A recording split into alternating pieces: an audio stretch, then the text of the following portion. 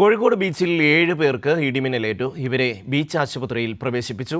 ഗുരുതര പരിക്കേറ്റ് ICUവിൽ പ്രവേശിപ്പിച്ചയാൾ അപകടനില തരണം ചെയ്തു. ഉച്ചയ്ക്ക് 12:40 കോഴിക്കോട് ബീച്ചിൽ ജോലി ചെയ്തുകൊണ്ടിരിക്കവേ 7 പേർക്ക് ഇടിമിന്നലേറ്റത്.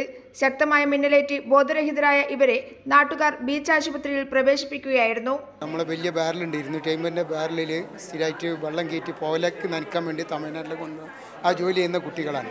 പെട്ടെന്ന് ഏകദേശം ഒരു 12:40 12:45 എന്നുള്ള സമയത്താണ് ഒരു ഇടിമിന്നലും വരുന്നത്. കടക്ക വാങ്ങാമെന്ന ഒരു ആൾക്കും കൂടെ കിട്ടി. അങ്ങനെയാണ് മൊത്തം 7 ആൾ. അതിൽ അസർഫിനാണ് തീരെ ബോധമില്ലാണ്ടായത്.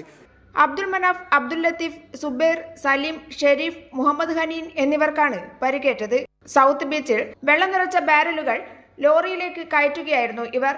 ബീച്ച് കോയ റോഡിലുള്ളവർക്കാണ് പരിക്കേറ്റത്. അവിടെ ഇരിക്കുമ്പോൾ പെട്ടെന്ന് തോന്നുന്നത് തലക്ക് എന്തോ വീണമാതിരി. അപ്പം തന്നെ ഞാൻ അവിടെ വീണുപോയി. വെള്ളം എടുക്കുന്ന പണിയാണ്. അതെടുത്ത് ലോഡ് ചെയ്ത് അത് കെട്ടുന്ന ടൈമിലാണ് തട്ടുന്നത്. ഷോക്കേറ്റ് പിന്നെ മൊത്തം അടിച്ചപ്പെടുന്നത് തലനായി തേക്കുപോയി. ഇടിമിന്നലേറ്റ അഷ്റഫ് എന്നയാളെ ഗുരുതരമായ പരിക്കുകളോടെ ICUവിൽ പ്രവേശിപ്പിച്ചു. ഇയാൾ അപകടനില തരണം ചെയ്തു കഴിഞ്ഞു.